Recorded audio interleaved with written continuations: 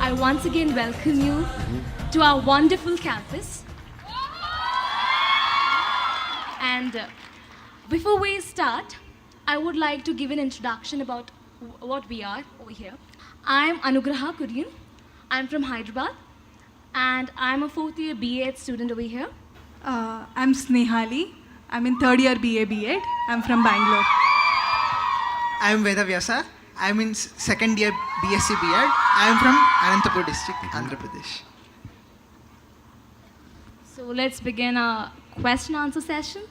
Yes, ma'am.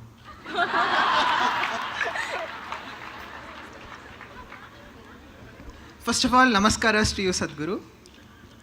Sadhguru, I have worked very much hard to secure the first rank in common entrance examination and place me here. But my brother says me that it's my destiny that has put me up here. Is it really my destiny or my hard work that placed me here? Where's your brother placed, huh?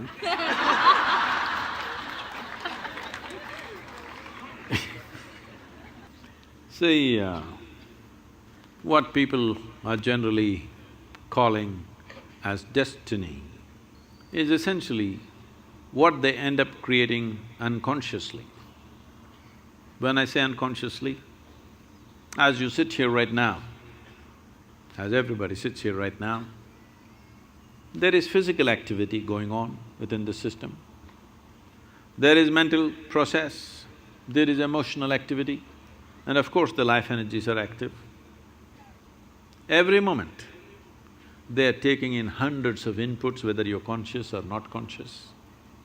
So if I ask you a question, since this morning, from the time you woke up till now, of these four dimensions of activity, how much have you conducted consciously? What percentage do you think? Few things. How much percentage do you think? 25%. You are very generous, man. It's well below 1%. If you walk from there to there, there will be 25 different kind of smells that you're not conscious of, but the body registers and records. There are 100 different kinds of sounds that the body registers that you're not conscious of. Like this throughout the day and night, in wakefulness and sleep, this is happening. When you are only conscious of less than 1% of your activity, definitely life will look like an accident. Hello? When 99% of the things that you're doing unconsciously, definitely life will look accidental. If the accident… See, it is so happened, somebody fell off on the street and had a brain injury, after that suddenly, they started working their mathematics in a wonderful way. But that was only one. 1,000 other people who cracked their skull never recovered from that, or they died, or those who lived on much diminished. So, being accidentally fortunate is not the way to exist. So, whenever a pleasant accident happens, we say it's destiny. Some of you even say, God doing things to me. When did you make a partnership with him? I don't know. So, shall I tell you a story? Are you okay? This happened. Sherlock Holmes, you know Sherlock Holmes? And Watson went out camping, and early morning, 3:30 a.m., Sherlock Holmes nudged Watson. He opened his eyes, "What? What do you see?" he asked. "Well, I see a clear sky and stars." "What does it mean to you?" He said, "Well, that means tomorrow is going to be a wonderful sunny day." Then he asked, "What does it mean to you?" He said, "It means someone has stolen our tent."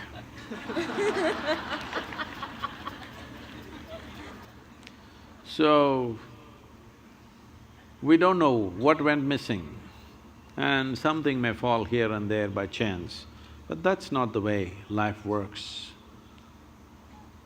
If a human being doesn't take it upon himself or herself to make their own destiny, well,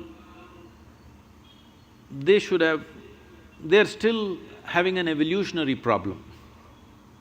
That is, they're still not yet fully there. Because being human means this, that we can conduct our life consciously. Being human means this, that we can craft our life the way we want.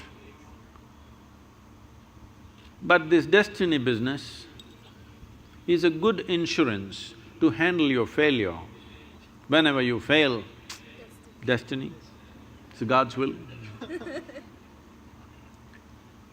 So this has been going on for a long time. This is not the fundamental nature of this culture. In this culture, we taught you right from ancient times, your life is your karma. Did we tell you or no? Nobody told you there is a God up there who will do things to you. We always told you, your life is your karma. This means your life is your making.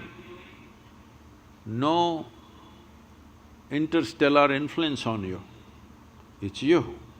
Whatever, there are a million impacts on us, but what we make out of it is still us, isn't it? What is thrown at us is not in our hands.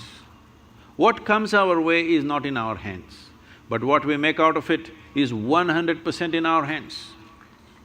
I must tell you this. When I first went to Coimbatore and we started setting up the yoga center, this is a country like this is very strange. Now they're all clapping their hands. But at that time, simply rumors, oh, they're doing drugs, they're doing something else, they're here to kill the wildlife, they're killing tigers, they're killing elephants, all kinds of things. Rumors going around, even media reporting these kind of things. Then 100 prominent people in the town meet and then they say, this yoga is spreading like a disease. These are the words. We have to do something. There some young hothead says, let's take a truckload of people and pull down the whole thing, because the whole yoga center at that time was just thatch roof sheds. So they decided they want to come there and pull down the whole thing and be finished.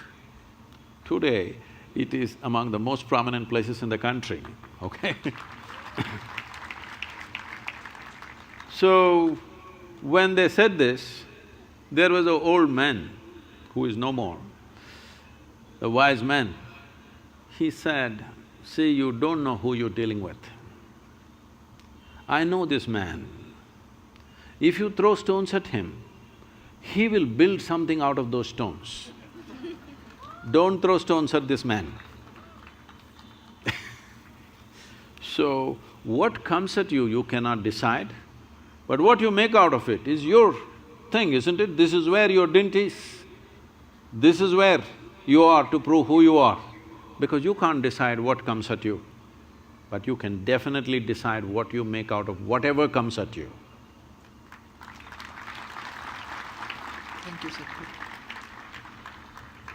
Sadhguru, all through school and college, we are taught to give importance to ourselves, self-love, self-confidence, self-esteem. What is this self-love? What's happening in your school?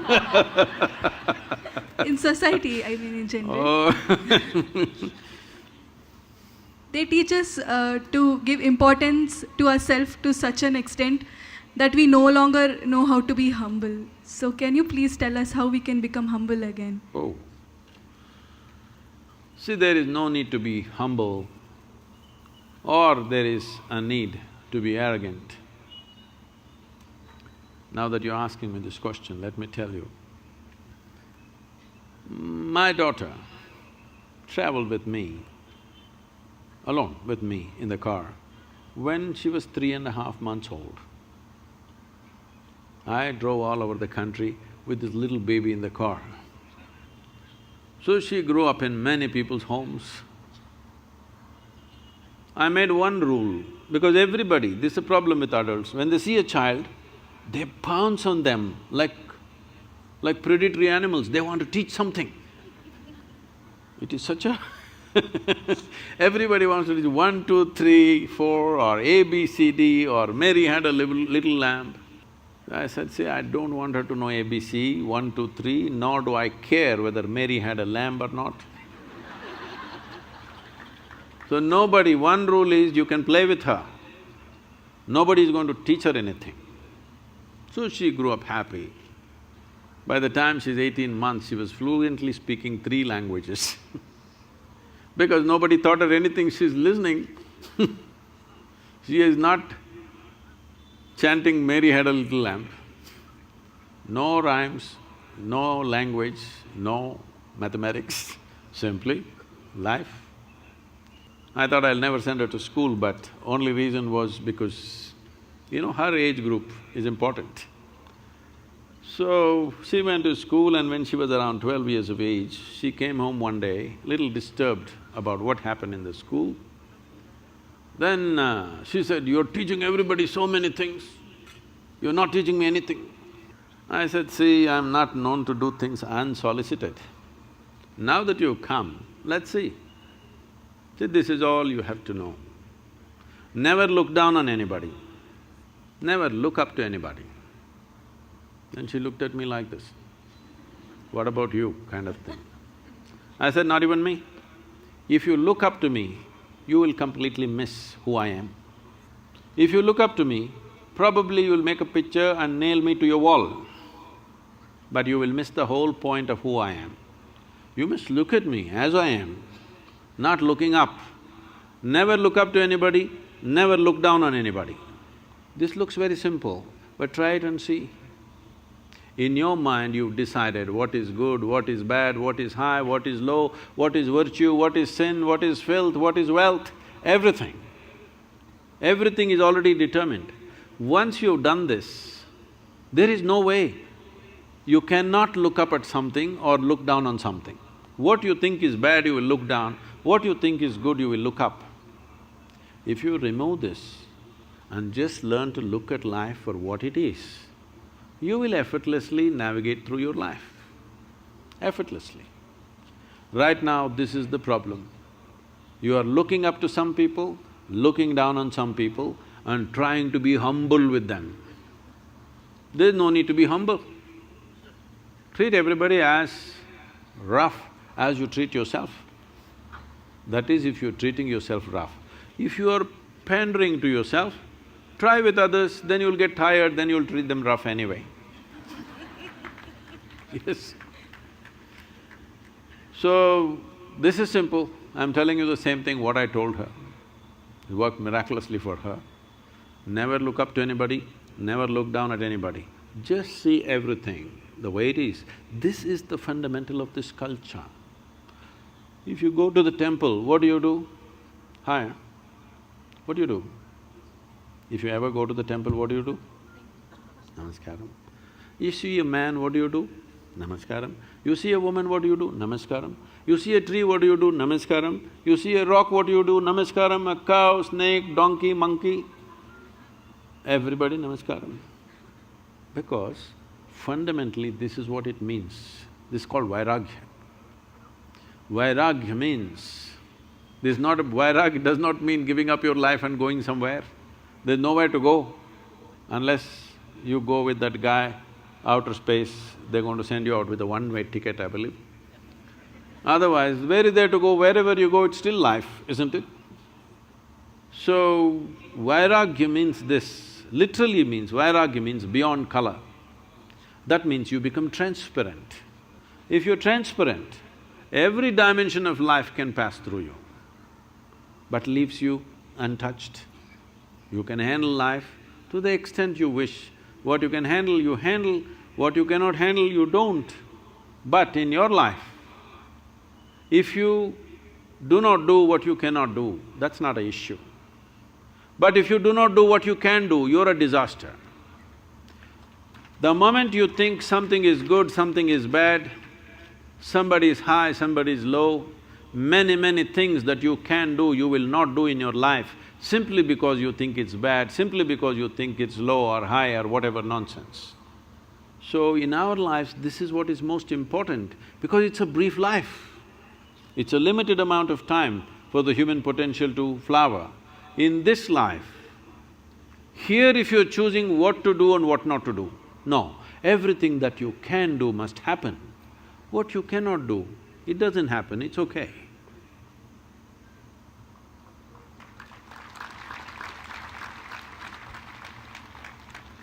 Sadhguru, I'm a student from science background. Most of the religions in this world proclaims that the God has created human beings. But our evolutionary science is saying that human beings have come from monkeys. Which one should I believe in? What do you feel closer to? Being a human, I think that I have evolved from humans. See, if you are someone who is on a reverse gear, then you must choose the first one. Your religious people telling you came from God because you're going in that direction, better not go in the direction of a monkey. Go back to God. But if you're planning to evolve, then better go with Darwin because is there room for evolution for you or are you super evolved already? I'm asking. There is a room for evolution. Huh? There is room for evolution.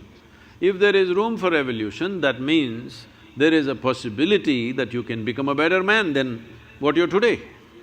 So if you're going in forward gear, go with Darwin. If you're in reverse gear, go with God. Yes, because if you want to go on that path, that needs devotion. Devotion means, the word devotion comes from the word dissolution.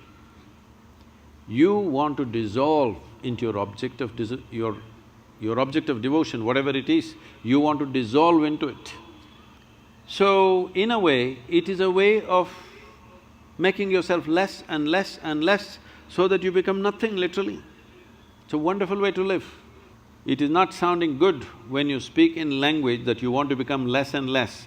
No, when you become really nothing, you become limitless also. So devotion is one way to go. But you don't have that because you've gone through little bit of modern education and you're beginning to think logically. Now, if you think logically, naturally you can see life has evolved on this planet, there's no question about that. So if you want to go forward, you must see, just behind you is the monkey. One step backward, you will be right there. Better you move forward quickly. Because some of the scientists are saying today that the DNA difference between you and a chimpanzee is only 1.23%. 1.23% is not much of a difference, isn't it?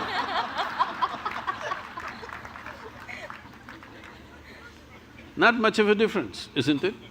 But see, just 1.23%, a world of difference, isn't it so? Just such a small difference, just see how big a difference.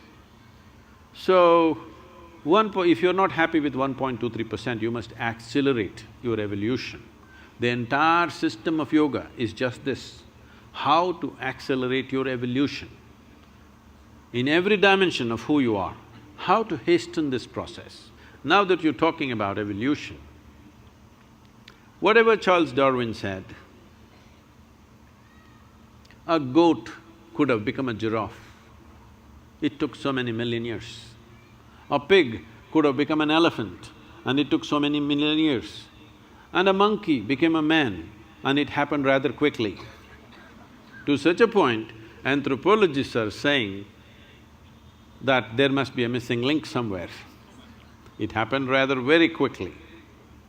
So now, if evolution happened, when you were a monkey, you did not desire, I want to be a human being.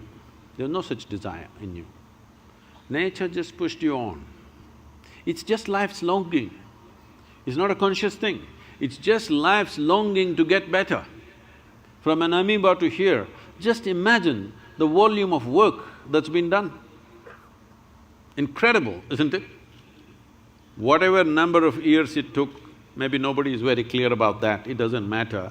Because it is 1 million years, 10 million years, it doesn't matter. With our lifespan, 1 million is as good as 100 million. So it doesn't really matter except for academics. Whatever amount of time it took, from a single-celled creature to the human being, what a tremendous amount of work has been done. But now you've been rendered in a space where your evolution has to be conscious. 15,000 years ago, over 15,000 years ago, Adi Yogi said this. When his seven sages asked, his seven disciples asked this question, how did life happen? You have heard of the 9 avatars. What are they? Matsya, Kurma, Varaha, Vamana, Narasimha, Parashurama, Rama… Not bad, from Andhra Pradesh is Krishna, this Buddha, thing. Kalki. So, please look at what he is saying. This is very much in parallel with what Charles Darwin is saying. First is fish, Matsyavatara.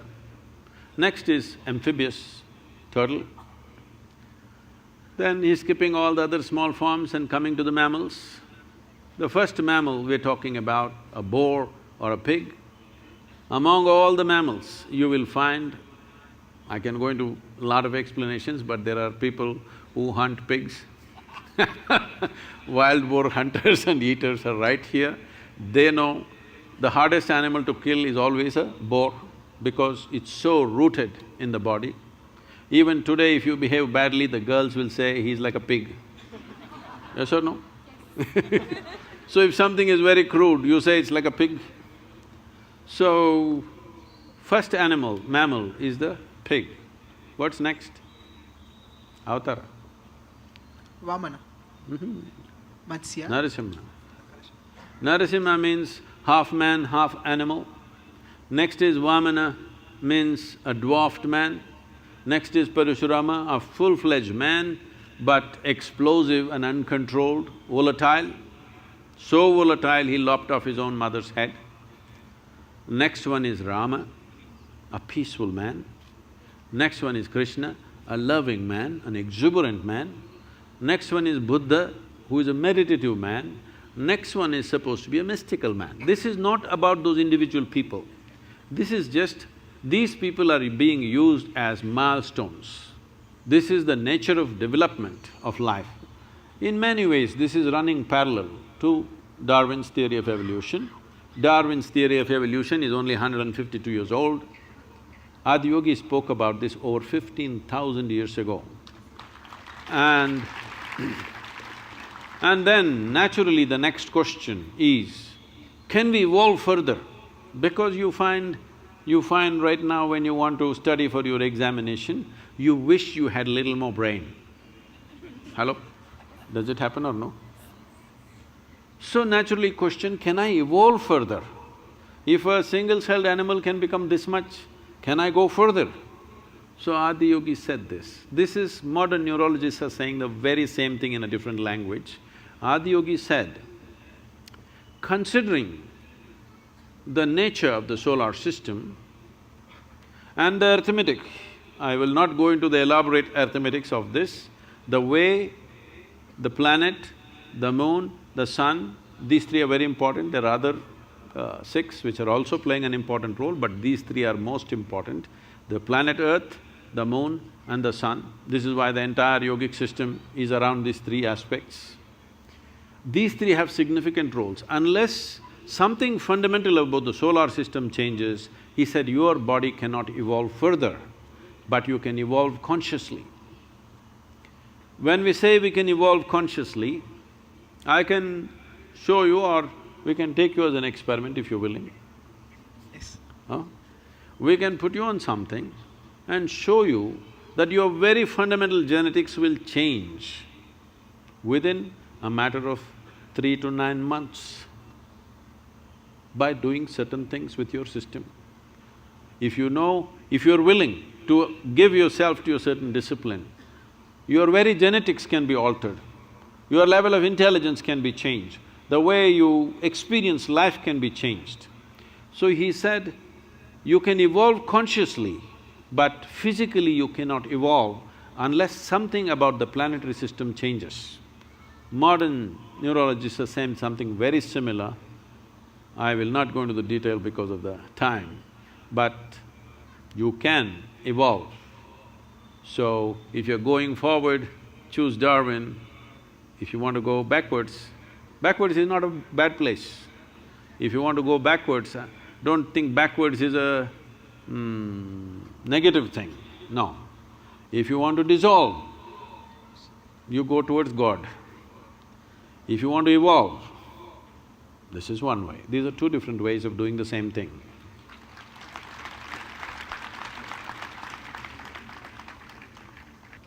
Now we'll be having the audience question session. Audience are all sleeping,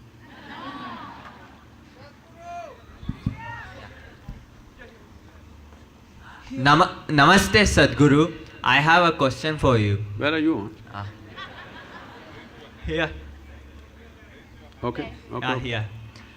You said that Indians have so knowledge about everything. ಇವಾಗ ಭಾರತ ವಿಶ್ವಕ್ಕೆ ಗುರು ಅಂತ ನಾವು ಹೇಳ್ತೀವಿ ಎಷ್ಟೊಂದು ಕಡೆ. You're saying that or me saying it? ಈಗ ನೀವು ಆದಿಯೋಗಿ ಬಗ್ಗೆ ಎಕ್ಸ್ಪ್ಲೇನ್ ಮಾಡಿದ್ರಲ್ಲ ಸದ್ಗುರು, 15,000 years ago we had that knowledge ಅಂತ. ಹಂಗಿದ್ಮೇಲೆ ಆ ನಾಲೆಜ್ ಅಷ್ಟು ಗ್ರೇಟ್ ಇದ್ಮೇಲೆ ನಾವು ಏನಕ್ಕೆ ಅದನ್ನು ವಾಪಸ್ ತರೋಕ್ಕಾಗಲ್ಲ, ತಂದರೆ ಹೇಗೆ ತರ್ಬೋದು?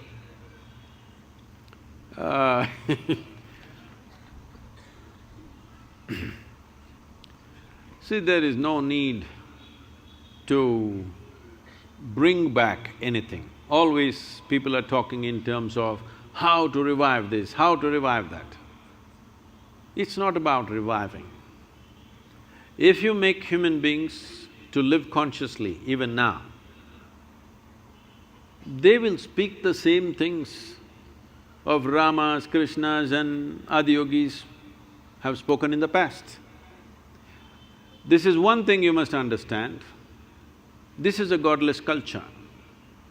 All the people whom you worship are people who walked this geography at one time. We worship them not because they flew in the sky, walked upon the water or fell from the clouds, nothing like this. They went through life just like you, all the trials and tribulations, much more drama than your life. If we have to take examples, well, we can take Rama, because even today is having real estate problems.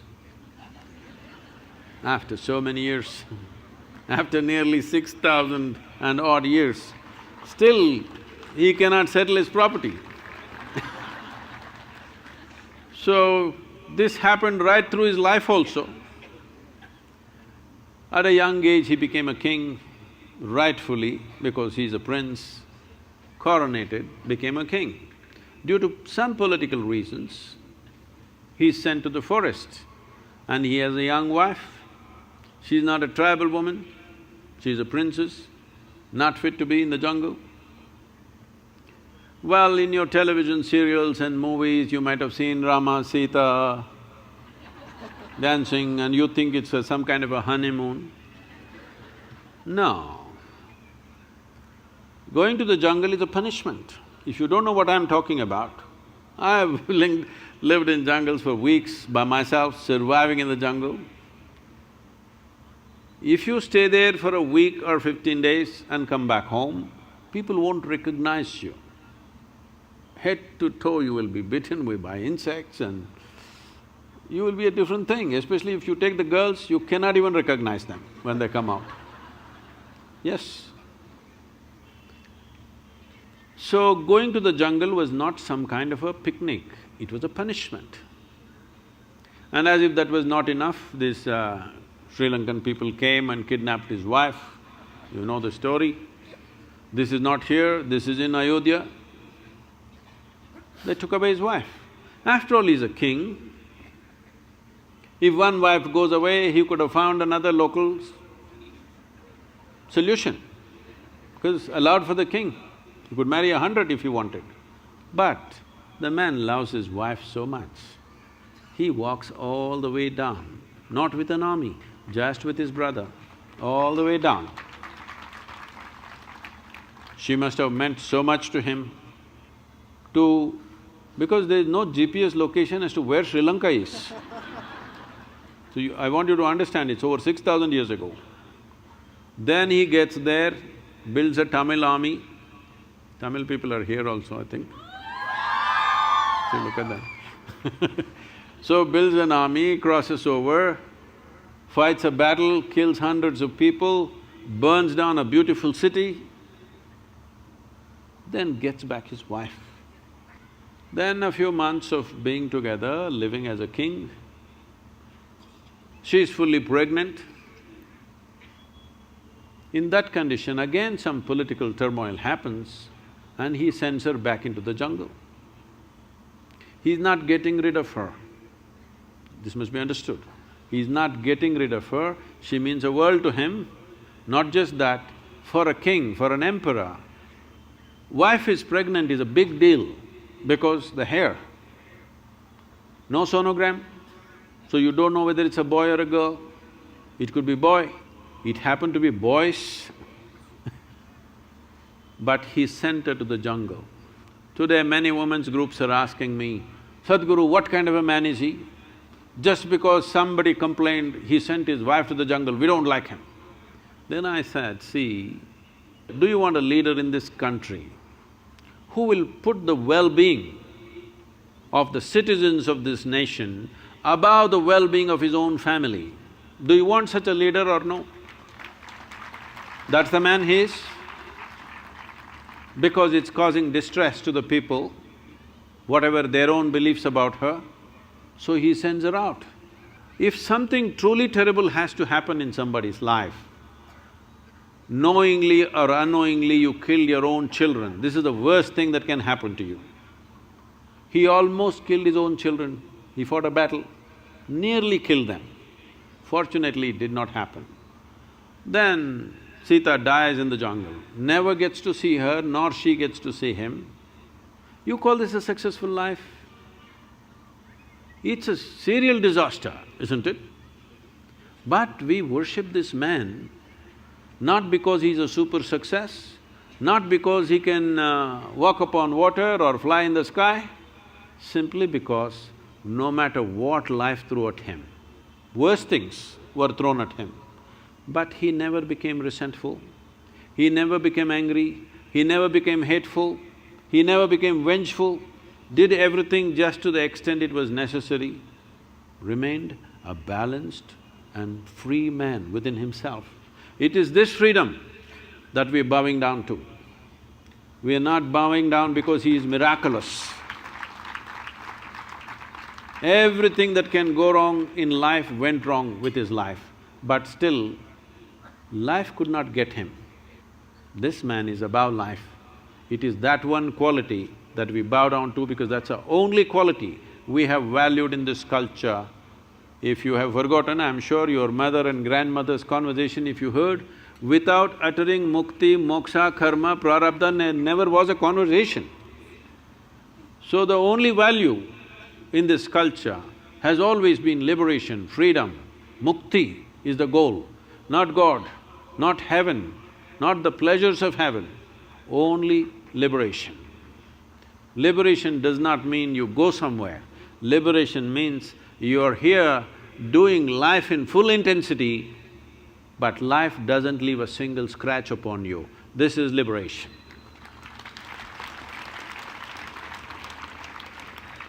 Thank you, Sadhguru. Now we'll have a social media question. The first question, Sadhguru, it is from Brinda. Will uniform civil code be a possibility in India? I think at least after 1 or 2 generations of utilizing the caste-based reservation in education and jobs, the 3rd generation should not be given reservation. Well, these are two different things. It's a two-in-one question. uniform civil code, is it a possibility? Well, we must make it possible. As long as you have a nation where different people have different rules, you will keep people different.